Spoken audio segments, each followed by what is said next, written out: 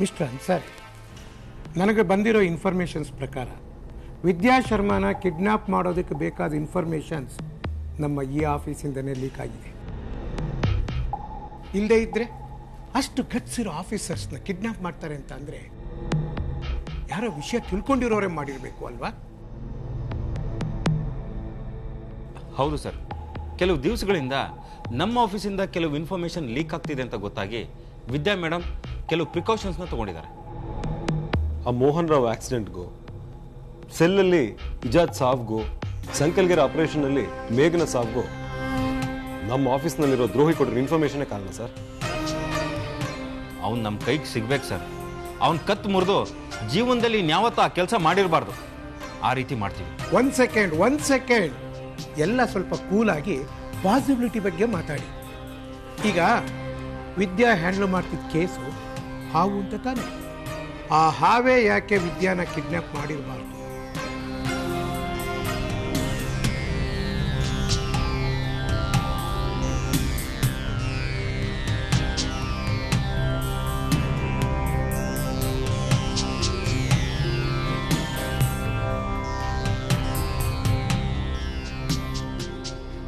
ಈ ಲೈನಲ್ಲಿ ನಾವು ಥಿಂಕ್ ಮಾಡಬೇಕು.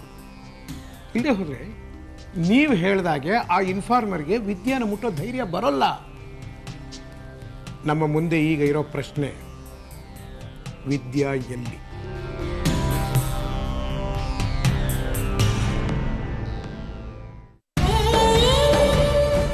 ಮೇಡಮ್, ನನ್ನ ಕತೆನ ನಾನೇ ನಿಮ್ಮ ಹತ್ರ ಈ ಥರ ಹೇಳ್ಕೊಳ್ಳುವಂಥ ಪರಿಸ್ಥಿತಿ ಬರುತ್ತೆ ಅಂತ ನಾನು ಯಾವತ್ತೂ ಅಂದ್ಕೊಂಡಿರಲಿಲ್ಲ. 3 ವರ್ಷದ ಹಿಂದಿನ ಮಾತು. ನನ್ನ ಹೆಂಡತಿಗೆ ಡಯಾಬಿಟಿಸ್, ತುಂಬ ಅಡ್ವಾನ್ಸ್ ಸ್ಟೇಜಲ್ಲಿ. ಅವಳನ್ನ ಈ ಕಾಯಿಲೆಯಿಂದ ವಾಸಿ ಮಾಡೋದಕ್ಕೆ ನಂದು ಅಂತ ಇದ್ದಿದ್ದು ಒಂದು ಚಿಕ್ಕ ಮನೆನೂ ಮಾರ್ಬಿಟ್ಟೆ.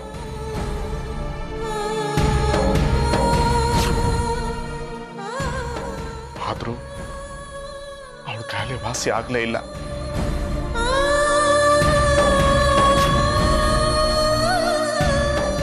ಕೈಯಲ್ಲಿದ್ದ ದುಡ್ಡೆಲ್ಲ ಖಾಲಿ ಆಗೋಯ್ತು. ಆಗ ನನಗೆ ಬೇರೆ ದಾರಿ ಇಲ್ಲದೆ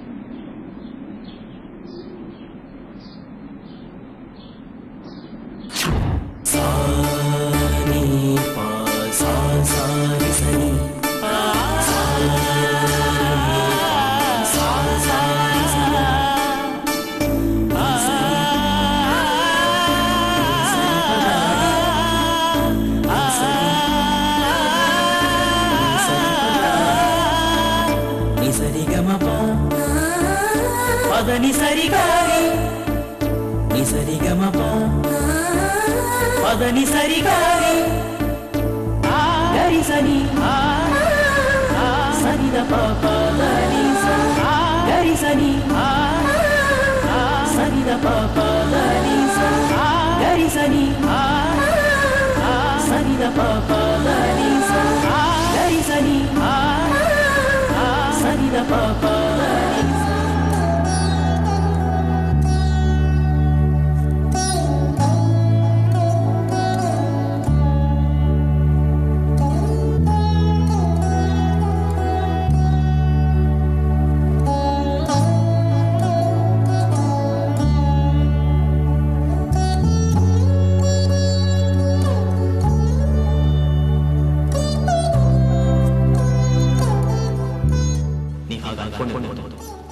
ಆದರೆ ಸತ್ಯನೇ ನಾವು ಕೊಡ್ತಾ ಇರೋ ಇಂಜೆಕ್ಷನ್ ಅವ್ರ ಮೇಲೆ ಪರಿಣಾಮ ಬೀರ್ತಾ ಇಲ್ಲ.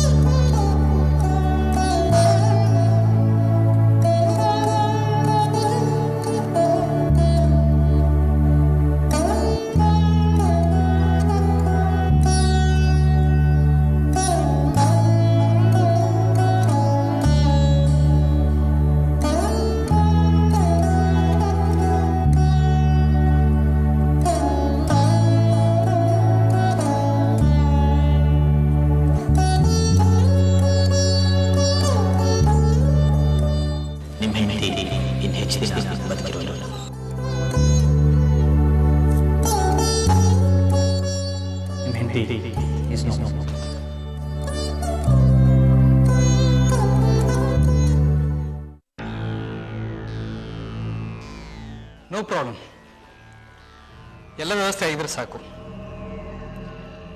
ಹಾಗಾದ್ರೆ ನಾನು ದೀಪಕ್ನ ಕಳಿಸ್ತೀನಿ, ಬೇಡವಾ? ಓಕೆ ಓಕೆ ಓಕೆ, ನೀನು ವ್ಯವಸ್ಥೆ ಮಾಡ್ಕೊಳ್ಳಿ, ನಾನು ಕಾಲ್ ಮಾಡ್ತೀನಿ. Okay okay by. ಶ್ರೀ,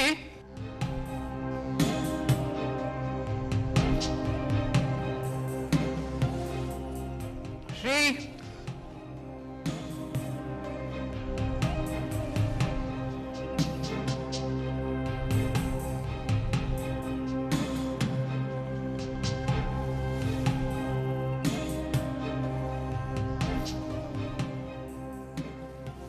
ಏನ್ ಕೇಕೆ? ಶ್ರೀ, ಈ ಬರೋ ಶುಕ್ರವಾರ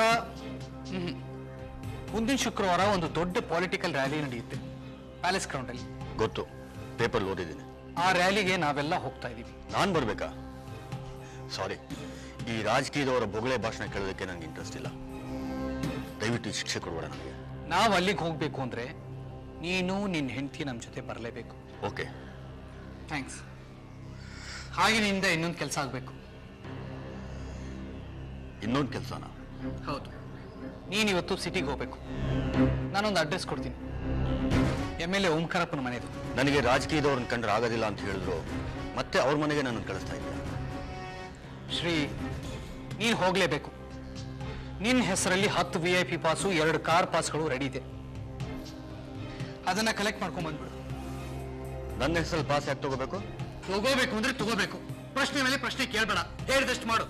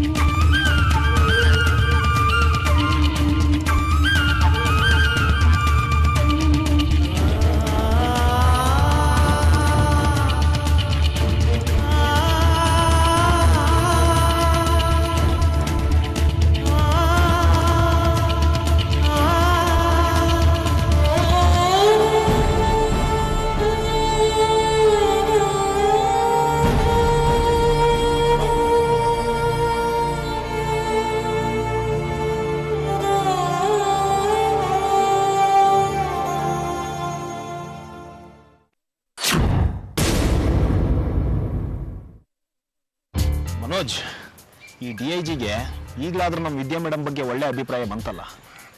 ಈಗ ಒಳ್ಳೆ ಅಭಿಪ್ರಾಯ ಬಂದು ಏನು ಪ್ರಯೋಜನ? ವಿದ್ಯಾ ಮೇಡಮ್ ಕಿಡ್ನಾಪ್ ಆಗೋ ಮೊದಲೇ DIG ಅವ್ರು ನಮ್ಗೆ ಸಪೋರ್ಟ್ ಮಾಡಿದ್ದಿದ್ರೆ ಇಷ್ಟರಲ್ಲಾಗಲೇ ನಾವು ಹಾವನ್ನು ಕಂಡುಹಿಡಿಬೋದಾಗಿತ್ತು. ಎಸ್, ಈಗ ಹಾವನ್ನ ಕಂಡುಹಿಡಿಯೋದ್ರ ಜೊತೆಗೆ ವಿದ್ಯಾ ಮೇಡಮ್ ಏನಾದರೂ, ಹೇಗಿದ್ದಾರೆ, ಎಲ್ಲಿದ್ದಾರೆ ಅಂತಲೂ ಕಂಡುಹಿಡಿಬೇಕಾಗಿದೆ. ಇವರ್ ರೈಟ್. ನಮ್ಮ ಹೆಡಿ ಮೇಲೆ ಈಗ 2 ಭಾರ ಇದೆ. ಮನೋಜ್, ಈ ಜೈಲರ್ನ ಕಾಂಟ್ಯಾಕ್ಟ್ ಮಾಡಿದ್ರಲ್ಲ, ಏನಾದರೂ ಮಾಹಿತಿ ಸಿಗ್ತಾ? ಅದ್ರ ಬಗ್ಗೆ ಮಾತಾಡೋಣ ಅಂತಾನೆ ಆಫೀಸಿಂದ ಆಚೆ ಕರ್ಕೊಂಡ್ಬಂದಿದ್ದು. What Manoj, anything secret? ನಮ್ಮ ಆಫೀಸಿಂದಾನೇ ಇನ್ಫಾರ್ಮೇಷನ್ಗಳು ಹೊರಗೆ ಹೋಗುತ್ತೆ ಅಂತಂದರೆ ನಮ್ಮ ಆಫೀಸ್ ಪ್ರಿಮಿಸಸ್ಸು ಕಾನ್ಫಿಡೆನ್ಷಿಯಲ್ ವಿಷಯ ಮಾತಾಡೋದಕ್ಕೆ ಅನುಕೂಲವಾಗಿಲ್ಲ ಅಂತ ಆಯಿತು. ಆ ಜೈಲರ್ ಒಳ್ಳೆ ಕೆಲಸನೇ ಮಾಡಿದ್ದಾರೆ.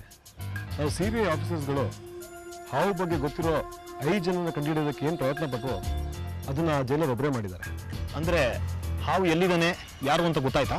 ಇಲ್ಲ, ಆದರೆ ನಮಗೆ ಮುಖ್ಯ ಸಾಕ್ಷಿ ಆಗಬಲ್ಲ ಪ್ರತಿಭಾ ಪಟ್ಟಣ ಶೆಟ್ಟಿ ಅನ್ನೋರ ವಿಳಾಸ ಗೊತ್ತಾಗಿದೆ. ಇದೇನೇ ಮನೋಜ್ ವಿಪರ್ಯಾಸ ಅನ್ನೋದು. CIDನವರೋ ಕ್ರೈಮ್ನವರೋ ಮಾಡಬೇಕಾದ ಕೆಲಸನ ಜೈಲರ್ ಮಾಡಿದ್ದಾರೆ. ನನಗೂ ಹಾಗೆ ಅನ್ನಿಸ್ತು. ಈಗ ನಮಗೆ ಸಿಕ್ಕಿರೋ ಇಂಪಾರ್ಟೆಂಟ್ ಮಾಹಿತಿನ ನಾವು ಯಾರಿಗೂ ಹೇಳೋದು ಬೇಡ, ಇಲ್ಲಾಂದರೆ ಮೇಘನದ ಸ್ಥಿತಿನ ನಮಗೂ ಆಗ್ಬೋದು. ಈ ಪ್ರತಿಭಾ ಪಟ್ಟಣ ಶೆಟ್ಟಿ ಎಲ್ಲಿದ್ದಾರೆ? ಬೆಂಗಳೂರಿನಲ್ಲೇ ಇದ್ದಾರಾ?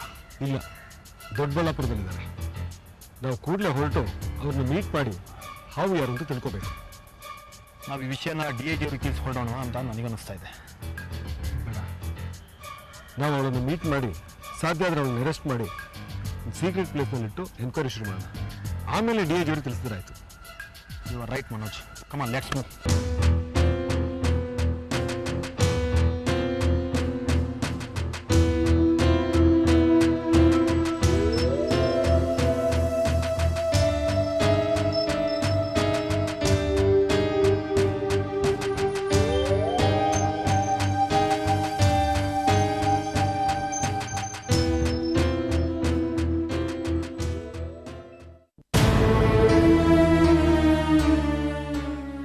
ಲೋಕೇಶ್, ವಿದ್ಯಾ ಬಗ್ಗೆ ಏನಾದರೂ ಸುಳಿವು ಸಿಗ್ತಾ?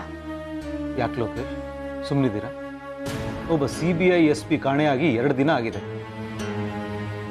ಅಲ್ಲ, ನಮ್ಮಂಥವ್ರಿಗೆ ಹೀಗಾದರೆ ಸಾಮಾನ್ಯದವ್ರ ಗತಿ? ನಿಮ್ಮ ದುಃಖ ನಂಗೆ ಅರ್ಥ ಆಗುತ್ತೆ ಅಶ್ವಥ್. ನಾನು ಪ್ರಯತ್ನ ಪಡ್ತಾ ಇದ್ದೀನಿ. ಆದಷ್ಟು ಬೇಗ ವಿದ್ಯಾನ ಪತ್ತೆ ಹಚ್ಚಿ ಅವಳು ಕಿಡ್ನಾಪ್ ಮಾಡಿದವ್ರನ್ನ ಶಿಕ್ಷೆ ನೀಡ್ತೀನಿ. CA ಮತ್ತು ಇದ್ರ ಬಗ್ಗೆ ಮಾತಾಡಿದ್ದೀವಿ. ಅವರೆಲ್ಲ ಥರ ಸಪೋರ್ಟ್ ಕೊಡೋದಾಗಿ ಭರವಸೆ ನೀಡಿದ್ದಾರೆ. ಲೋಕೇಶ್, ಋಷಿ 2 ದಿವಸದಿಂದ ಚಿಕ್ಕಮ್ಮ ಬೇಕು ಅಂತ ಒಂದೇ ಸಮ ಹಠ ಹಿಡಿದಿದ್ದಾನೆ. ನಾವೇನೋ ದೊಡ್ಡವರು, ನಮ್ಮ ನೋವನ್ನು ನುಂಗ್ಕೋತೀವಿ, ಸಮಾಧಾನ ಮಾಡ್ಕೋತೀವಿ. ಆದರೆ ಆ ಎಳೆ ಮಗು ಅವ್ನಿಗೆ ಹೇಗೆ ಸಮಾಧಾನ ಮಾಡೋದು? ಅವನಿಗೆ ಸಮಾಧಾನ ಹೇಳಿ ಹೇಳಿ ನಮಗೆ ಸಾಕಾಗೋಗಿದೆ. ಇವಳು ಅಷ್ಟೆ, 2 ದಿವಸದಿಂದ ಊಟ ನಿದ್ದೆ ಬಿಟ್ಟು ಕೂತಿದ್ದಾಳೆ. ವಿದ್ಯಾ ಕಿಡ್ನ್ಯಾಪ್ ಆದಾಗ್ಲಿಂದನೂ ಈ ಮನೆಯಲ್ಲಿ ಲವಲವಿಕೆ ಅನ್ನೋದೇ ಸತ್ತು ಹೋಗ್ಬಿಟ್ಟಿದೆ. ನಿಮ್ಮ ದುಃಖ ನಂಗೆ ಅರ್ಥ ಆಗುತ್ತೆ ಅಶ್ವಥ್. ವಿದ್ಯಾ ನಿಮ್ಗೆ ಎಷ್ಟು ಆತ್ಮೀಯಳೋ ಅಷ್ಟೇ ನನಗೂ ಕೂಡ ಆತ್ಮೀಯಳು. ನನಗೂ ತುಂಬ ದುಃಖ ಆಗುತ್ತೆ ಅಶ್ವಥ್. ಎಂಥ ವಿಧಿ ನೋಡಿ, ಈ ಕೆಲಸಕ್ಕೆ ಬಂದಮೇಲೆ ದುಃಖ ಪಡೋ ಹಕ್ಕು ಕಳ್ಕೊತೀವಿ. ನೀವಾದರೂ ಹೊತ್ತು ಸಮಾಧಾನ ಮಾಡ್ಕೋತೀರ ಅಶ್ವಥ್. ಆದರೆ ನಾನು ಹೇಗೆ ಸಮಾಧಾನ ಮಾಡ್ಕೊತೀನಿ? ಎನಿವೆ, ನಾನು ಈ ಕೇಸ್ನ ಬಗೆಹರಿಸೋಕ್ಕೆ ಬೇರೆ ಏನಾದರೂ ಯೋಚನೆ ಮಾಡ್ತೀನಿ. ವಿದ್ಯಾನ ಹುಡ್ಕೋದಕ್ಕೆ ಬೇರೆ ದಾರಿನೇ ಇಲ್ವಾ ಲೋಕೇಶ್? ಇದೆ, ಇದಕ್ಕೆ ಇನ್ನೊಂದು ದಾರಿ ಇದೆ.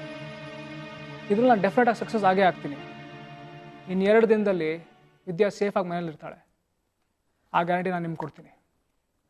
ಸರಿ, ನಾನು ಬರ್ತೀನಿ.